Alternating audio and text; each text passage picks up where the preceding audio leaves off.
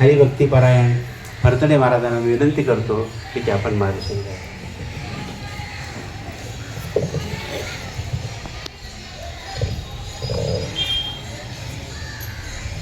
कृपया ज्ञानदीपा नमो सद्गुरु सच्चिदानंद रूपा नमो सद्गुरु भक्त कल्याणमूर्ती नमो सद्गुरु भास्करा पूर्णमूर्ती.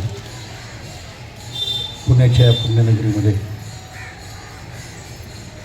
ज्यांनी सत्यशोध समाज निर्मित करून तमाम भारताला आणि विश्वातील जनाला खऱ्या अर्थानं चांगल्या पद्धतीचे विचार देणाऱ्या महात्मा ज्योतिबा फुलेंच्या आणि स्त्रियांपर्यंत शिक्षण पुरवण्याचं काम करणाऱ्या आमच्या सावित्रीबाई ज्योती हे त्यांच्या पदस्पर्शानं आणि सहवासानं पुढीत झालेल्या वास्तूमध्ये संविधान समता दिंडीच्या प्रस्थानाच्या कार्यक्रमाच्या संबंधीनं आपण एकत्र करत आहोत.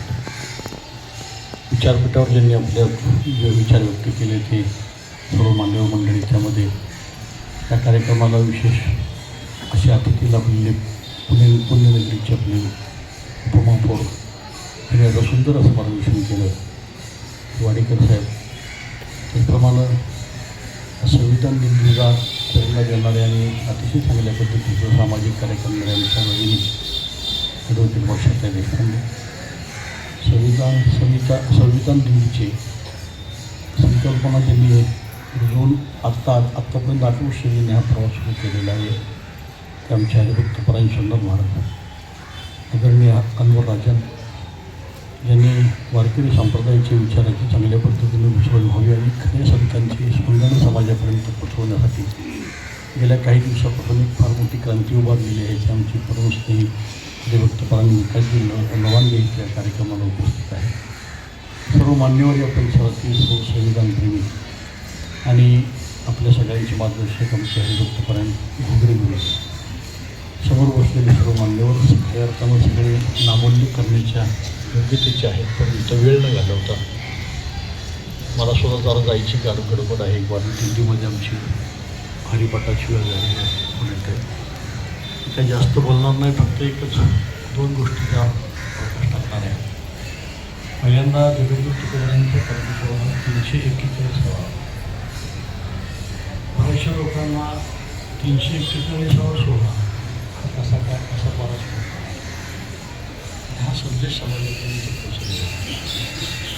जगद्गुरू तुकाराम महाराजांची पालखी जगद्गुरू तुकोबारायांचे चिरंजीव संतश्रेष्ठ नारायण महाराजांनी सुरू केलेली 1685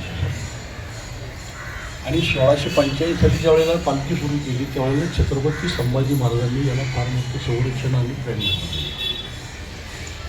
आता आपण दिल्ली पुढं पाहतो पण नगर असतो, तिथं चौकदार असतो. समृद्धी स्वराज्य निर्मित करण्यासाठी फार मोठं कार्य केलेलं आहे की जगद्गुरू तुकोबारायांचं ऋण व्यक्त करण्यासाठी छत्रपती संभाजी महाराजांनी त्यावेळेला नारायण महाराजांना प्रेरणा दिली, संरक्षण दिलं. आणि 1685 साली नारायण महाराजांनी आपल्या गळ्यामध्ये पादुका घेतल्या जगद्गुरू तुकोबारांनी आणि त्या पादुका घेऊन आळंदीला आले. आळंदी आणि देऊच्या प्रस्थानामध्ये 1 दिवसाचा फरक होतो. यासाठी आदल्या दिवशी तुकोबारायांचे चिरंजीव नारायण महाराज पालखी गळ्यामध्ये पादुका घेऊन आळंदीत आले आणि दुसऱ्या दिवशी आळंदीमध्ये ज्ञानोबारायांच्या पादुका, त्या तुकोबारायांच्या पादुका एका पालखीमध्ये 1 दिवसाचा फरक त्याच्यासाठी. आणि मग ज्यावेळेला हा सोहळा निघाला त्यावेळेला सगळ्यांनी विचारलं कुठला सोहळा आहे हा कशाचा सोहळा आहे, कोणाचा सोहळा आहे. त्यावेळेला त्यांना सामुदायिक उत्तर देण्यासाठी तिथं भजनाला जन्म दिलेला आहे नारायण महाराजांनी. ज्ञानोबा तुकाराम, ज्ञानोबा तुकारामचे भजन आमच्या बडव्यांनी पंढरपुरांनी वेदात निर्माण झाले असं काही नाही. ते आपण समाजापर्यंत पोचवल्यानंतर लक्षात येतं की खरं आणि ही खरं आहे. ज्ञानोबा तुकारामचा गजर करत करत आपण वारकरी जात असतो. आता याला 341 वर्षाची परंपरा आहे. पण वारीमध्ये नेमकं काय आहे, तर गेल्या 32 माझी मी आमची 32 वारीमध्ये नेमकं काय तर त्याची एक व्याख्या केली. संतांचे विचार प्रसारित करायचे आणि समतेचे बंधुतेचे असे जे संतांचे विचार आहेत ते समाजाला स्ट्रेक करायचे. आपण अभंग म्हणतो ते काय आहे, ते अभंग म्हणतो ते समाजाला आपल्याला भेटायला आलेले असतात त्यांना प्रबोधित करण्यासाठी. काही अभंग मला माहिती असतात, दिल्लीतले कुणाला माहिती नसतात, ते मला कळतात, माझे अभंग त्यांना कळतात. आणि संतांचे विचार या संपूर्ण महाराष्ट्रावर देण्यासाठी जगातली एकमेव कुठली वारी चांगली असेल की जिथं हा सुख स्वरा स्वर्गीय नाही असं म्हटलेलं आहे, ती तुकोबारायांची पालखी वारी. यामध्ये संत विचार देत असतो, पण या वारीमध्ये जात पात धर्म कोण कसलंही यामध्ये कसलाही भेद नसतो. तुमच्या माहितीसाठी सांगतो, मी 19 वर्ष आमचा दिंडी मालक कुठल्या जातीचाही मला माहिती नव्हतं. 20व्या वर्षी कळालं की सातारच्या वडार समाजातले येते. आम्हाला माहीत नव्हतं, काय संबंधच नाही ना. अभंग म्हणत जायचं, संतांचे विचार करायचं, प्रचार करत जायचं, प्रसारित करत जायचं. स्वल्प वाटे चला जाऊ, पाची विठ्ठल नाम घेऊ. आणि अतिशय चांगल्या पद्धतीची वेदाला समतल पर्याय संतांनी वारीच्या माध्यमातून जप तप याच्यापेक्षा सगळ्यात जप ही वारी आहे. जप ही वारी आहे. तुकोबारांची अशी अनेक अभंग आहेत.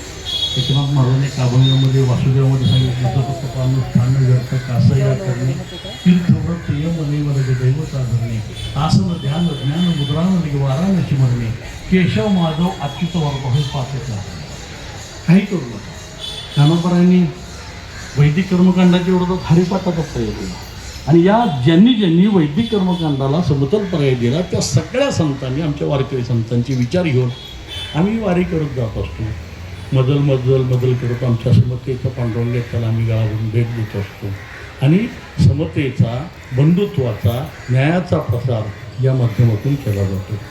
गेल्या 8 वर्षापूर्वीपासून संविधान दिंडीच्या माध्यमातून संविधान हे समाजाला काय सांगायची गरज आहे असं वाटलं नाही. खरं आहे, संविधान आज लुप्त करण्याच्या मार्गात बरेचसे गुंतलेले आहेत. संविधान हद्दपार करायचं आणि मनोवादी परंपरा लॉन्च करायची.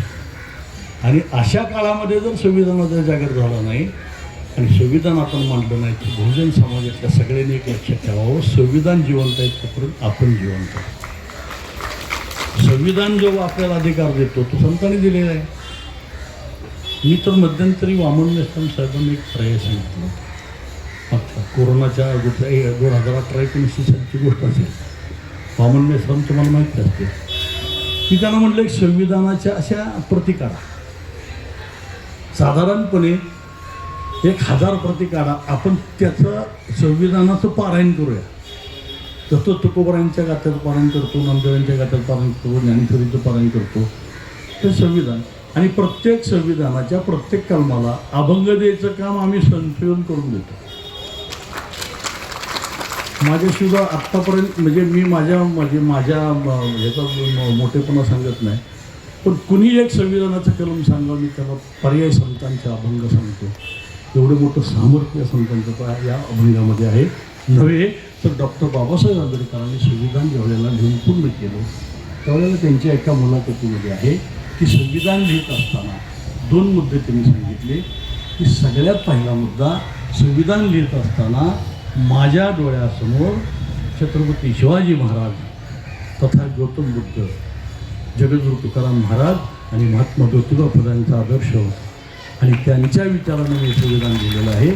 आमचा वारकऱ्यांचा संविधानाचा हा संबंध आहे, लक्षात ठेवा. काही वारकरी लोकांना असं म्हणतात की संविधानात आपला काय संबंध आहे. हा संबंध आहे. जगद्गुरू तुकाराम महाराजांच्या विचाराचा आदर्श घेऊन डॉक्टर बाबासाहेब आंबेडकरांनी संविधानामध्ये ते लिहिलेले आहे. ही सकलांचे येते आहे अधिकार असे म्हणणारे जगद्गुरू तुकोबार आहेत. त्यावेळच्या वैदिक कर्मकांड धर्ममार्तंड होते, त्यांच्या छाताडावर उभं राहून सांगत होते सकळांशी. अहो, सकळांशी म्हणजे कोणाची यादी दिलेली आहे त्यांनी. ब्राह्मण, क्षत्रिय, शूद्र, चांडाळा आहे अधिकार, बाळे, नारी, नर आदी करुणी वेश्या आहे. हे अधिकार आम्हाला आहे ना. आणि तो अधिकार जर संविधानात येत असेल तर आम्ही गेल्या 1.5-2 वर्षापासून एक उपक्रम सुरू केलेला आहे. या निमित्तानं मी तुम्हाला संविधान प्रेमी मंडळी सांगू इच्छितो. तिथले काही कार्यकर्ते मंडळी होती त्या उपक्रमामध्ये. दरवर्षी संविधाना दिवशी छत्रपती शिवाजी महाराजांना अभिवादन करायला आम्ही रायगड मोहीम आखली. संत, स्वराज्य आणि संविधान हे त्रिसूत्र घेऊन चाललेलं. संत विचार खरे आहेत का? खरे. संतांच्या विचारातून स्वराज्य निर्मित झालं का? झालं. आणि स्वराज्य निर्मित झाल्यानंतर डॉक्टर बाबासाहेब आंबेडकरांनी सांगितलं, मला संविधान लिहित असताना जास्त त्रास झाला नाही का, तर छत्रपती शिवाजी महाराजांचं प्रशासनाचे मुद्दे माझ्यासमोर होते. याचा अर्थ हे नातं आहे. म्हणजे वारकऱ्यांचं संविधानाचं नातं आहे, वारकऱ्यांचं आणि स्वराज्याचं नातं आहे. आणि मग हे तिन्ही जर एकत्र येऊन, आता ही विशुद्ध दिंडी तीच आहे, हा पालखी सोहळा तोच आहे. तिथं संविधान आहे, समता आहे, बंधुता आहे, स्वतंत्र आहे, स्वराज्य आहे, छत्रपती शिवाजी महाराज की जय आम्ही म्हणतच असतो. आणि हे सगळे विचार घेऊन संविधान जर लिखित झाले असेल तर ते संविधान टिकणं काळाची गरज आहे. आणि हे सगळं जाणून घेऊन ज्यावेळेला आमच्या सुंदर महाराजांनी संविधान दिल्ली, सुभाष वारे वगैरे सगळे मंडळी एकत्रित आली, त्यावेळेला अतिशय उपक्रम चांगला आहे. आणि या उपक्रमामध्ये माझाही ज्यावेळेला सहभाग असेल त्यावेळेला मी येत जाईल असं मी त्यांना सांगितलं. हे माझं कर्तव्य आहे, हे माझं काम आहे. मी जगद्गुरु तुकोबारायांचा वारकरी म्हणून मला यामध्ये सहभागी व्हायला नक्की आवडेल. 2-3 वर्ष झालं मला निमंत्रित करतायत, पण माझे कार्यक्रम माझ्या मागं असतात, माझे प्रवचन असतात, त्यामुळे मला येता येत नव्हतं. यंदा मात्र आलो. मी जाता जाता एकच सांगेन शेवटचा मुद्दा, की ज्या संविधानामध्ये समता आहे ती समता संतांनी अधोरेखित केलेले अनेक अभंग आहेत. आत्ताच्या काळामध्ये मुस्लिम समाजाबद्दल द्वेष समजला जातो, पसरवला जातो. आत्ताच्या काळामध्ये इतर अल्पसंख्याकांच्या बाबत द्वेष पसरवला जातो. पण आमचा एक त्यांना उत्तर प्रश्न आहे की ज्ञानोबरायांचा छळ कुणी केला?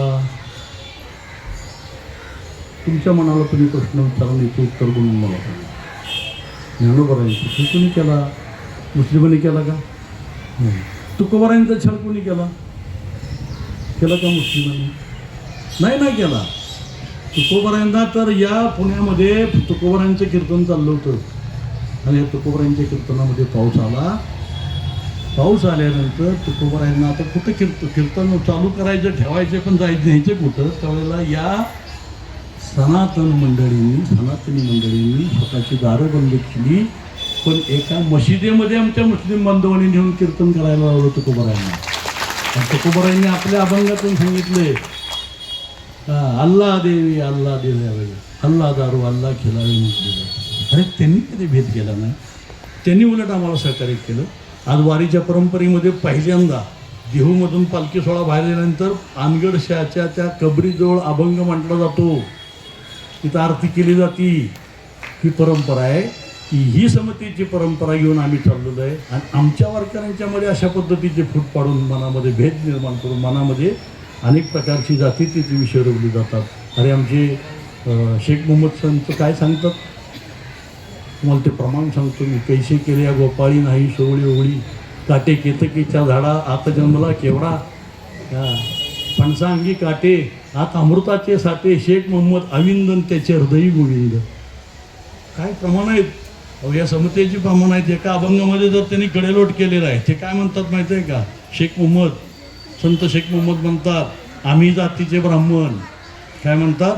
आम्ही जातीचे ब्राह्मण आणि आमचे सोयरे मुसलमान. किती निकाल आहे याच्यामध्ये.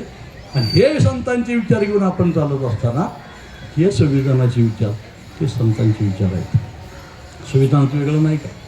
फक्त आपल्या पुढं ते आणण्याचं काम हे दडसणं करतात, हे फार महत्त्वाचं आहे. हे आपलंच आहे. संविधानात संतांचे विचार समतेचे कसे आहेत आम्हाला सांगा ना तुम्ही.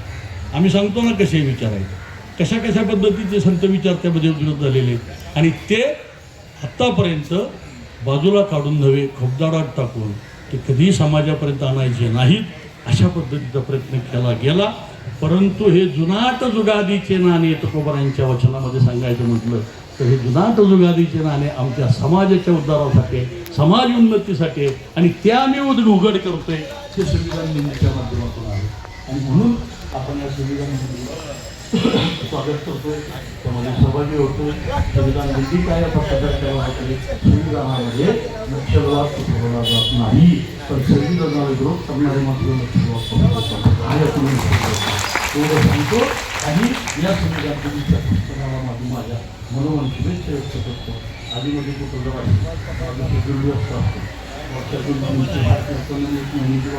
वारकरी संप्रदायाची भूमिका या ठिकाणी विशद केली. वारकरी संप्रदायाची भूमिका विशद झाली आता संविधान दिंडीची भूमिका काय आहे? संविधान दिंडीची भूमिका